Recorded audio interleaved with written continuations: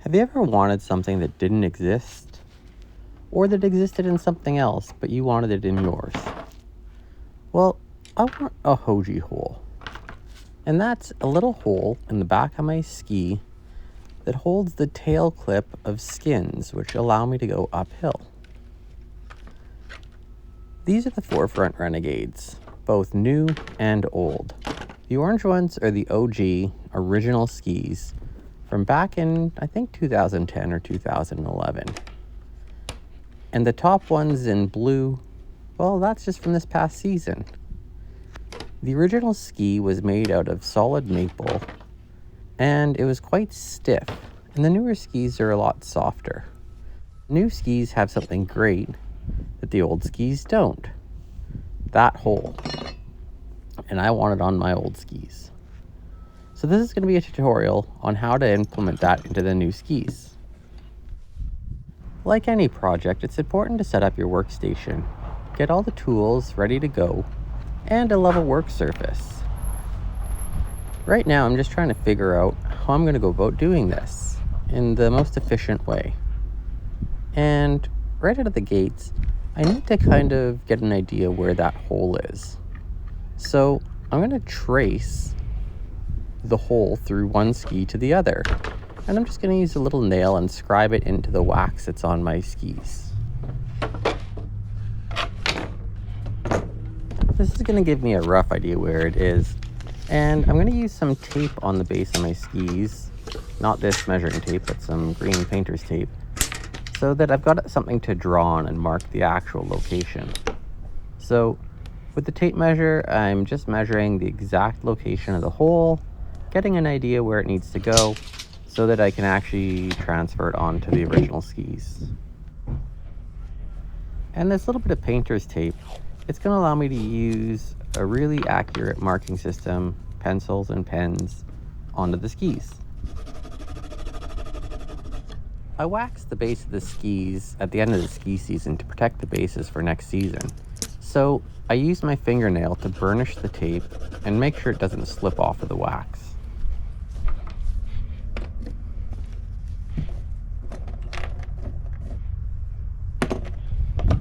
And I grabbed my tape measure and a fine tip pen to really accurately mark where this hole needs to go.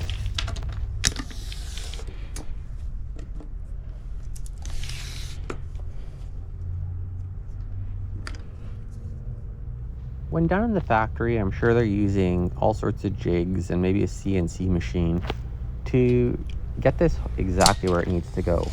But for a one-off, I can take my time and just measure with a pen and ruler. So here I've marked the back of the hole as it measured off of the other ski. And this is going to ensure that this hole is in the exact location relative to the tip of the ski, meaning the skins that I already have will fit exactly on both pairs of skis. Now, I noticed I didn't have quite enough tape to get all the hole onto the ski, so I'm just adding another strip.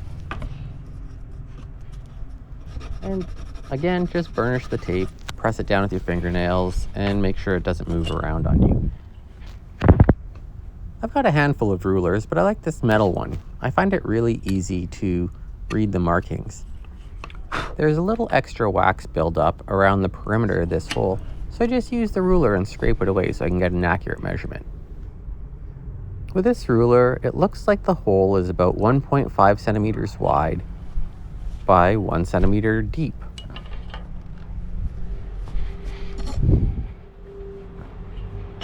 I grabbed this speed square for framing to draw a line across the skis that's perpendicular.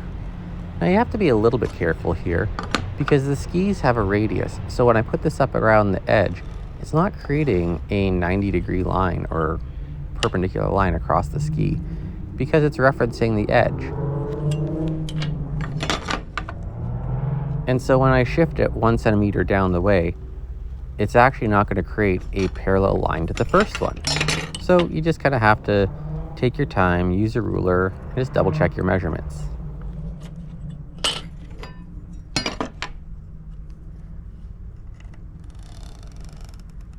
I love that ticking sound of the pen on that speed square, but it's not good for the tip of this pen.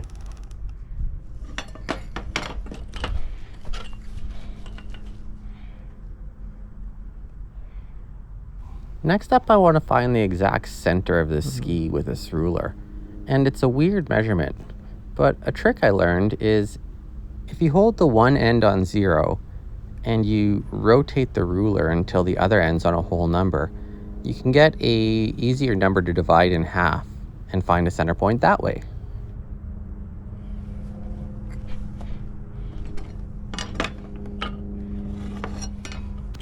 So here, I'm just double checking that center mark. I measure from one edge to that point, and then I check the other side of the ski from that point to the other edge, just to ensure that I'm right in the middle of where I need to be.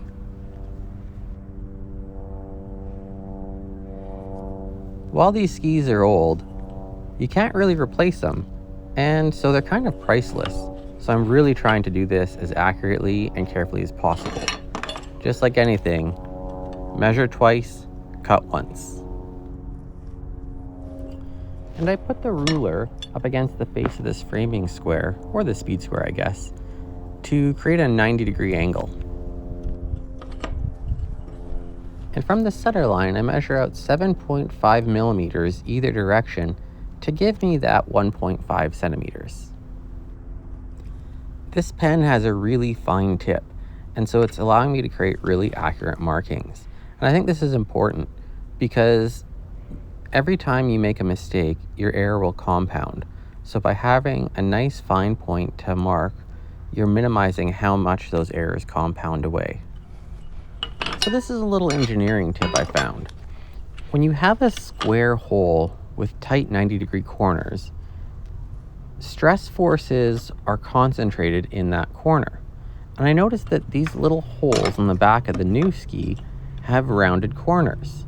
And this is going to help disperse the stress on the ski when this flexes. So I want to match that as close as I can.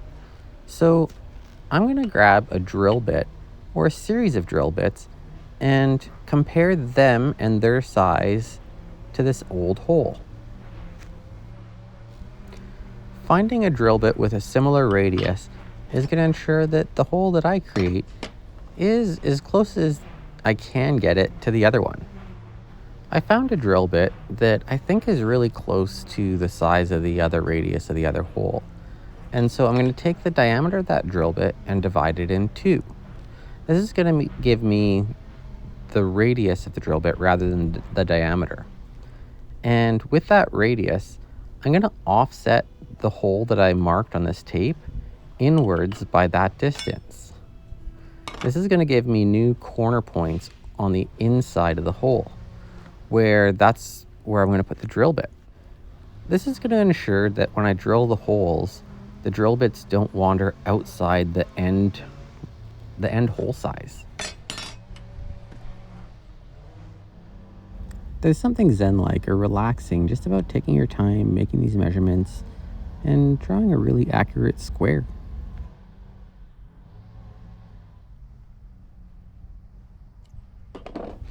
And yes, I know I've already marked my lines on the ski and it's getting ready to actually drill through, but I want to double check that measurement. Again, skis are expensive. I want to get this right. I've only got one shot at it.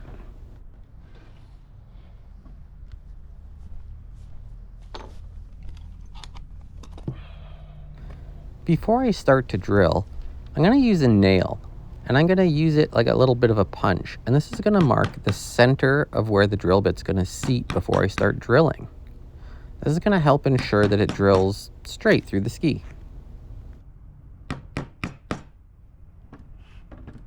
When this ski was first coming out and it was getting marketed, it was something I was absolutely dreaming of. And when I finally got my hands on the skis, they were kind of precious.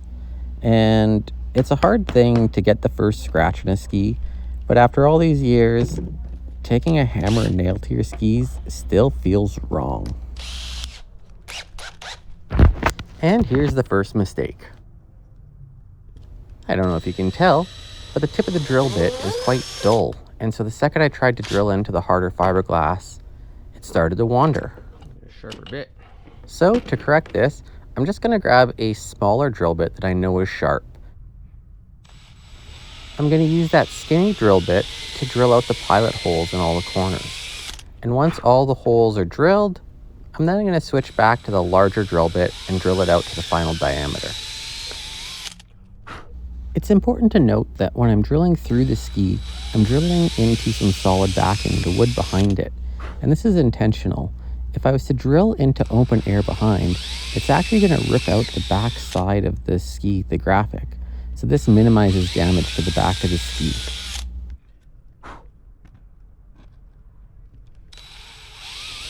Every time I drill a hole, I blow away the little bit of extra dust so I can see where I'm working.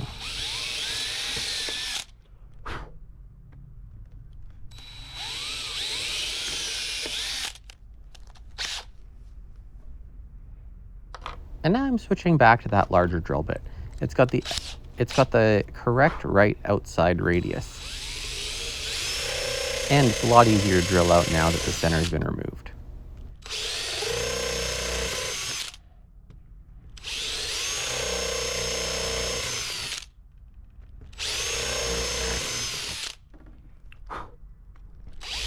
While the center of the ski is wood, and that's pretty easy to drill through, you can hear the resistance of the fiberglass layers that sandwich both the top and bottom of the wood. They're hard to drill through, even with the pre-drilled pilot hole.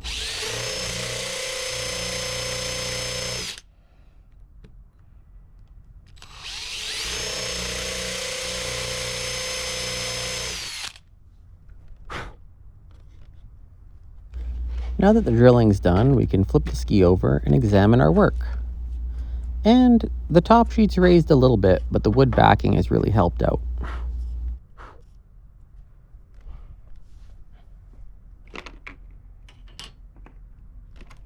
So to cut this hole out, I'm going to end up using a jigsaw. And you can use another type of hand saw, like a coping saw if you needed to, but I'm going to use a jigsaw. And to do this, I'm actually going to drill a fifth hole out in the middle, and it's going to be a larger hole that the jigsaw blade can fit into. That way, once the holes in the ski and the jigsaw is the middle, I can cut out to the corners and clear out that middle material. So again, you see me drilling out that middle hole with a smaller, sharp drill bit so that I can accurately locate that hole without the drill bit wandering away.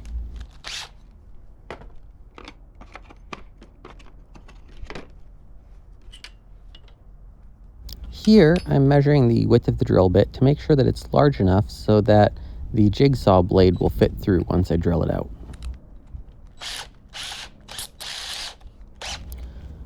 I actually start to drill it out and stop myself because I realize that the bit's quite aggressive and it could tear out more material than I want.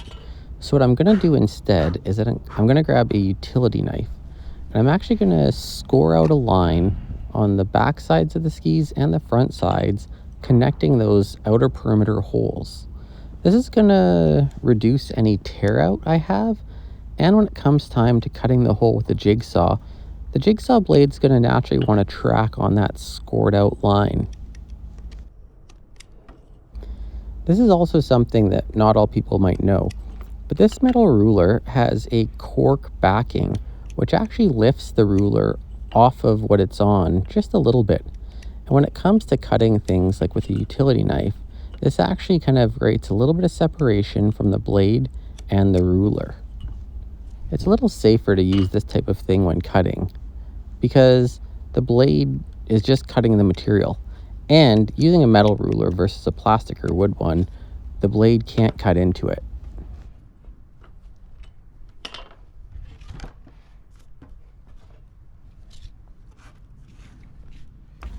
I'm going to use this utility knife and kind of clean up the raised portion from the drill bit. And once that's done, I'm also going to connect all the lines on this side as well.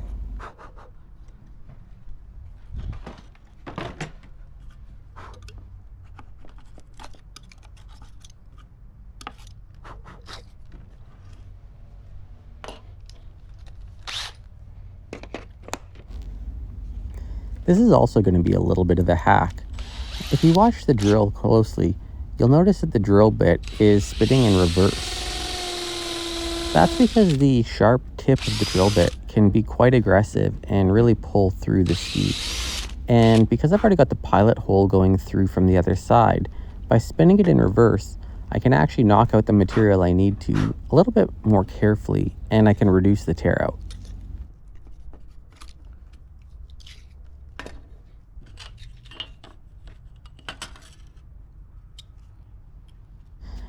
Here you can see I've got the ruler flipped upside down, and you can see that cork.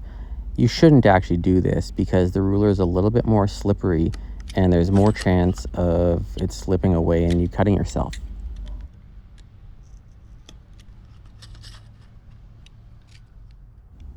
I've also got a lot of blade sticking out of the utility knife, which isn't optimal. So here you'll notice I actually adjust the blade and shrink it down a little bit. These are some subtle tricks and tips that can really help reduce risk when using dangerous tools like these utility knives or your drill bits or saws. And now here comes for the exciting part, the jigsaw. This is actually kind of where things get a little bit tense because this could really get away from you quickly and you could make a lot of mess of what you've been doing. So before I start using the jigsaw, I start putting everything else away and cleaning up the area around. I don't want things bouncing around or jumping away from me. And I had the camera off for a second, but I tested the jigsaw blade in the hole and it wasn't quite big enough. So I just had to pull out a bigger bit and make sure it was big enough to get the blade in.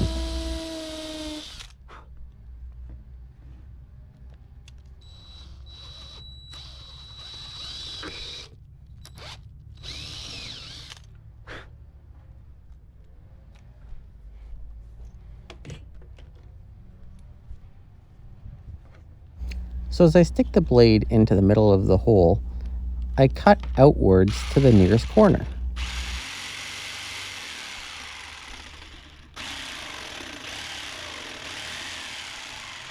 And I slowly just work out to each corner and then slowly start removing the material in between.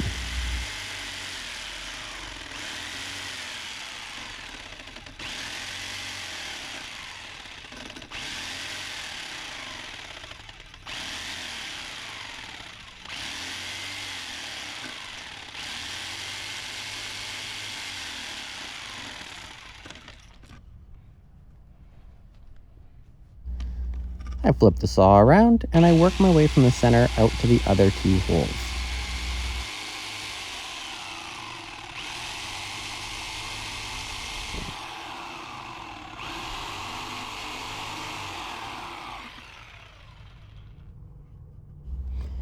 And this gets us to about 95%. And now I just repeat the process for the other ski, working from the center, out to the corners, and slowly eating away some of the material.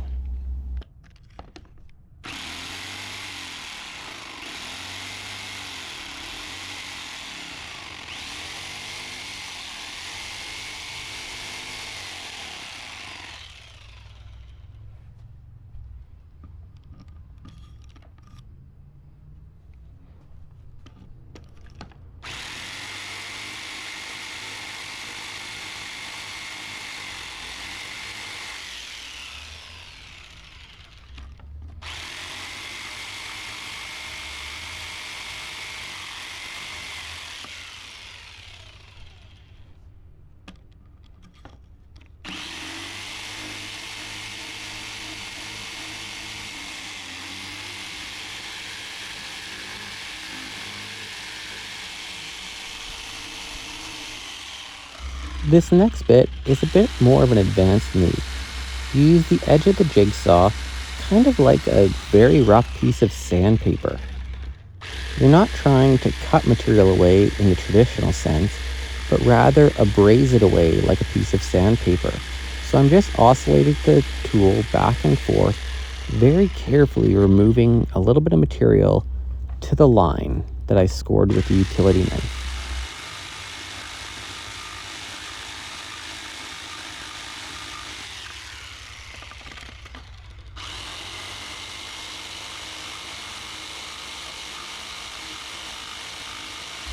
I'm taking very little amounts away and being very cautious approaching the line that I marked with the utility knife.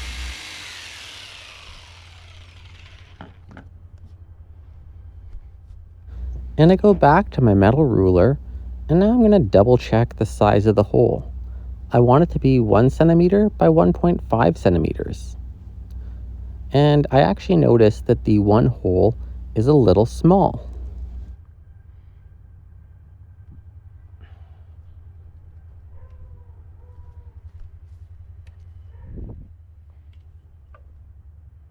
So with my fine tip pen, I'm able to measure again and set a line that I can use the jigsaw to move out to.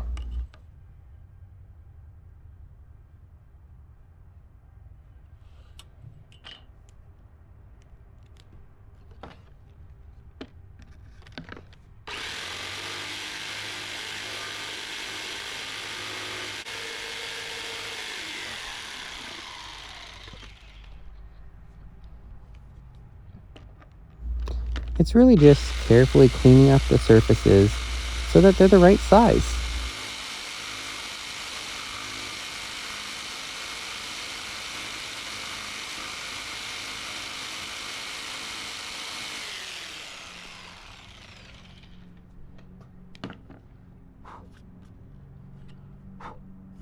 Now that the holes are basically the right size and everything's kind of where I need it to be, I can remove the tape that I first put on for marking so that I can expose the edge of the rougher cuts.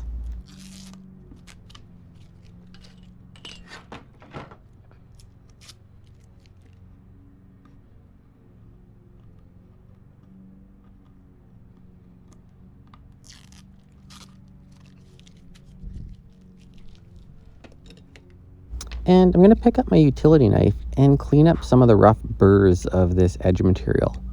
I'm going to put a small chamfer on the edge. This is just a slight beveled cut into the hole. I'm not really removing all that much material, just lessening the slope into the hole.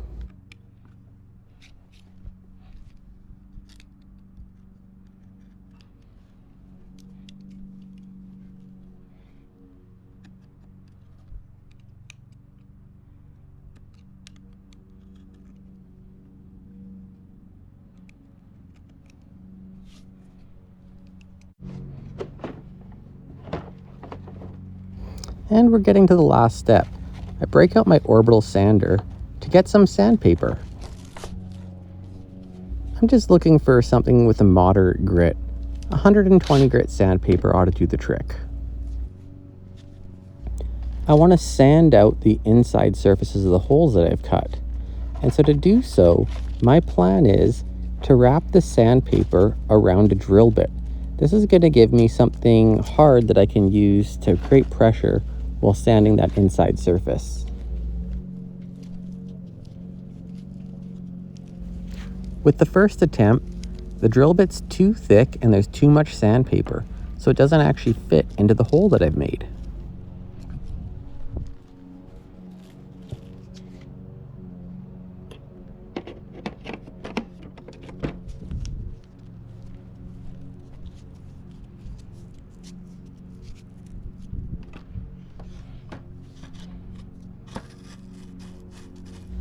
This kind of works, but it's still a little thick for the size of the hole that we've got, and I need something a little bit smaller. A little bit big.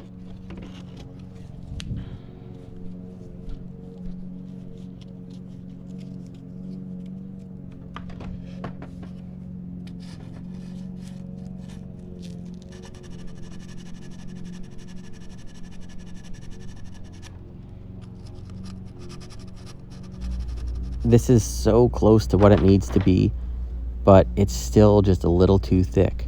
But instead of grabbing a smaller drill bit, I'm actually just going to reduce the amount of sandpaper I have. I take my utility knife and the piece of sandpaper I had, and I just cut a little of that material away so that the material wrapped around the drill bit isn't as much.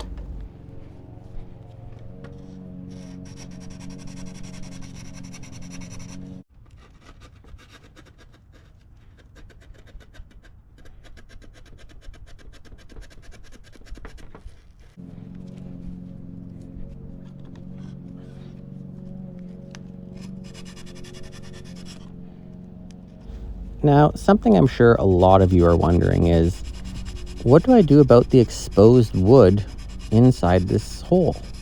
Well, I'm not actually planning on doing anything with it, because this is a ski that has a solid maple wood core. And that wood core actually goes all the way out to the side walls of the ski. And those side walls, they're not sealed either. The biggest issue is you don't want to let this ski stay wet. And when we're out skiing on the mountain, we're usually in cold snow. Where the real damage happens is when you leave the skis in the back of your truck or car and the water melts and they're in a prolonged damp environment. But for the most part, I don't think you need to. Now, I could get a material like wax or a varathane or even an epoxy and lightly coat the inside. At this point in time, I think just sanding it out is going to be fine for my purposes. This is a pretty specific DIY hack, and I'm doing it because I've got access to the skins with a specific tail clip that work for this system. And if you were planning on doing something like this on your own and modifying the skin clips, you might need to address the inside of that hole a little bit more than I'm doing.